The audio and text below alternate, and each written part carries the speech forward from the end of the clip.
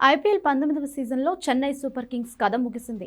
చివరి మ్యాచ్లో గెలిచి ఏదైనా అద్భుతం జరిగితే ప్లే ఆఫ్స్కు చేరుతుందేమో అనుకున్న ఫ్యాన్స్ను నిరాశపరుస్తూ గుజరాత్ టైటాన్స్ చేతిలో చిత్తుగా ఓడిపోయింది.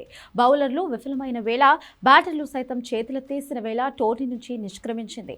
మరోవైపు ఈ భారీ విజయంతో గుజరాత్ 18 పాయింట్లతో రెండో స్థానంలో కొనసాగుతోంది.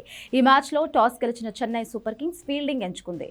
దీంతో హోమ్ గ్రౌండ్లో మరోసారి భారీ స్కోర్ చేయడమే లక్ష్యంగా బరిలోకి దిగిన గుజరాత్ టైటాన్స్ ఆరంభం నుంచే దూకుడుగా ఆడింది. ఓపెనర్లు గిల్, సాయి సుదర్శన్ తమ సూపర్ ఫామ్ కొనసాగిస్తూ చెలరేగిపోయారు. వీరిద్దరూ పవర్ ప్లేలో 62 పరుగుల పార్ట్నర్షిప్ నెలకొల్పారు. పవర్ ప్లే ముగిసిన తరువాత మరింతగా రెచ్చిపోయారు. ముఖ్యంగా గిల్ సిఎస్కే బౌలర్లపై విరుచుకుపడ్డారు. కేవలం 23 బంతుల్లోనే హాఫ్ సెంచరీ పూర్తి చేసుకున్న గిల్ 37 బంతుల్లో 7 ఫోర్లు, 3 సిక్సర్లతో 64 పరుగులు చేసి అవుట్ అయ్యాడు. మరో ఓపెనర్ సాయి సుదర్శన్ కు బట్లర్ జత కలిశాడు. ఈ క్రమంలోనే సాయి సుదర్శన్ వరుసగా 5 హాఫ్ సెంచరీలు బాదేశాడు.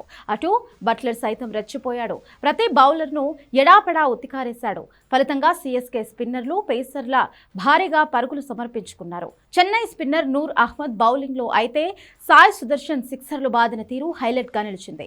సెంచరీ సాధిస్తాడు అనుకున్న సాయి సుదర్శన్ 53 బంతుల్లో 84 పరుగులు చేసి అవుట్ అయ్యాడు. తరువాత బట్లర్ హాఫ్ సెంచరీతో విరుచుకుపడ్డాడు. కేవలం 27 బంతుల్లోనే 5 ఫోర్లు, 4 సిక్సర్లతో 57 పరుగులతో నాట్అవుట్గా నిలిచాడు. దీంతో గుజరాత్ టైటాన్స్ నిర్ణీత 20 ఓవర్లలో 4 వికెట్ల నష్టానికి 229 పరుగులు చేసింది. చేజింగ్లో చెన్నై సూపర్ కింగ్స్ ఆరంభం నుంచే తడబడింది.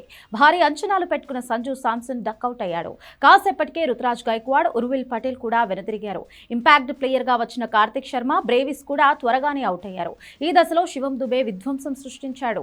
కేవలం 17 బంతుల్లోనే 47 రన్స్ కు అవుట్ అయ్యాడు. ఇక్కడ నుంచి చెన్నై సూపర్ కింగ్స్ ఇన్నింగ్స్ ముగిసేందుకు ఎంతో సమయం పట్టలేదు. దీంతో చెన్నై ఇన్నింగ్స్ కు 140 పరుగుల దగ్గర తెరపడింది. గుజరాత్ బౌలర్లలో సిరాజ్ 3, రషీద్ ఖాన్ 3, రబాడా 3 వికెట్లు పడగొట్టారు.